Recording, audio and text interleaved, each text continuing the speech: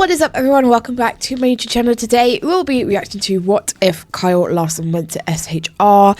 I am looking forward to this. Obviously it's a Kyle Larson video and it was requested by one of my Patreon members, so I'm intrigued to see what is going to be talked about here. I'm not going to say anymore. I'm just going to shut up and we'll get straight into it. What if Kyle Larson went to Stewart-Haas Racing after 2020? It's an interesting question now that we've seen how the different paths have went. Larson becoming one of the elite drivers in NASCAR, a NASCAR champion who wins multiple races a year, and it's pretty odd for many to think of him in any other car but the 5. Even thinking of him in the 42 seems like a long time ago when, in fact, it was only 4 years ago. I wasn't even watching Stewart-Haas Racing, it seems like a so to me it definitely looks weird seeing him not in the 5. That's shutting down. It had basically just continued to fall over the last 4 years that Larson ascended. So what happens if these two paths don't divert, if they actually meet together and are one path for a set amount of time? Well, I think it's an interesting question because I don't think it goes the places that many might think. Let's go back to 2020. Kyle Larson has been indefinitely suspended by NASCAR and let go early from Ganassi. In our timeline, Larson goes to HMS and the rest is history. He wins 10 races the first year in the championship and is probably the man to beat every year since then. But what if that wasn't the case? What if, say, Ford was open to bringing Kyle Larson in and didn't shut down Tony Stewart? Stewart somehow pries Larson away from Rick Hendrick and Hendrick Motorsports and leaves them with a vacancy that we'll talk about later. Well, let's get to it here. Tony Stewart signs Kyle Larson to drive the number 14 car in place for Clint Bowyer, who is retiring at the end of the 2020 season. Briscoe was ready for Cup, and I think he initially was going to be the choice for this, but I think they'll hold him off for one more year. Instead, having Custer stay in the 41 for now before the year after being replaced by Chase Briscoe, who was clearly the better driver and has the Mahindra money. With that, I don't think that very many sponsors are going to go to Kyle Larson after what happened, very similarly to what happened after 2020 in real life, just because he was damaged goods at this point. Damaged goods. I think that while some Stewart-Haas Racing not good to have that label contracts would be added in when it comes to sponsorship for him, he's going to have a lot of races in the 14 Haas car, whereas the 41 would end up being Mahindra down the line. But I think that with this, you have a lineup of Harvick, Almirola, Larson, and then Custer, before then bringing Briscoe on. This would shut out Priest long-term, I think, from Stewart-Haas Racing. These cars were definitely needed to be filled in by good drivers, and Priest, I think, was the backup plan for Tony Stewart when all things failed, and all things did fail. Stewart would be ecstatic, though, with Larson. I think for the time being, it would rejuvenate his love and interest in NASCAR. In 2021, I think that Stewart-Haas Racing doesn't just get one win with Eric Almirola. Larson has a solid season, 4 victories, and it looks like the right way to go about it. Remember that while this team has fallen off in the last couple years, after 2020, this team was coming off of a huge season with Kevin Harvick, where he won 9 races. And while Harvick didn't replicate that success the next 3 years since, let's also remember he was an older driver and age could have been a factor in that as well. Just because Stewart-Haas Racing was not a good team at the end and currently is by no means a championship contending team does not mean that when it started to fall, it still wasn't a good team at the point that we're at. I think that this season would have Larson trying to make a deep run into the playoffs, maybe even a Final Four run.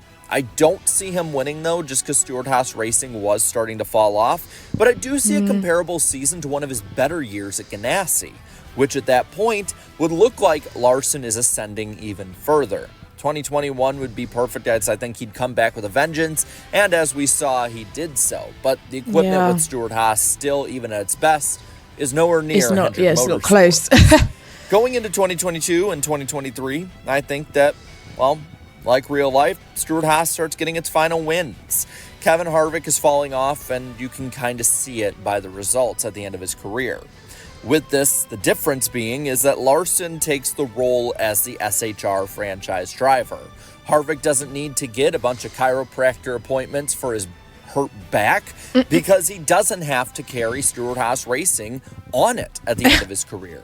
He can retire with more grace than being the focal point of many bad jokes. Larson isn't going to be setting the world on fire, though. I think he gets maybe 2 wins and a deep playoff push in 2022. He's, again, still a very solid driver and can elevate equipment. One of the few drivers that I actually think can elevate equipment in NASCAR day. And in 2023, I think that he'll have a lesser push into the playoffs and maybe get a win during the season. Having a winless Kyle Larson, even with Stewart-Haas Racing's faltering equipment, seems foreign to me. He's I was going to say that sounds so He is one alien of the best raw to me. talents NASCAR's ever had. I don't see it happening. But the other thing I don't see happening is him ever winning a championship with this team. Stewart-Haas Racing's overall performance and sponsorship woes, I don't think would be turned around from one driver who would not have a 10-win season to erase away all the controversy around him. I think that stigma would actually stick around Larson's reputation a bit longer had he went with Tony Stewart. Wow. Somebody who is well-versed That's an interesting point, actually. of being in the middle of controversies, both on and off the track. And with that, I think Stewart still would end up putting attention towards NHRA and his wife. And I'd say most would judge him if he put attention on NASCAR over the relationship with his wife. And Gene Haas is still going to put everything towards F1.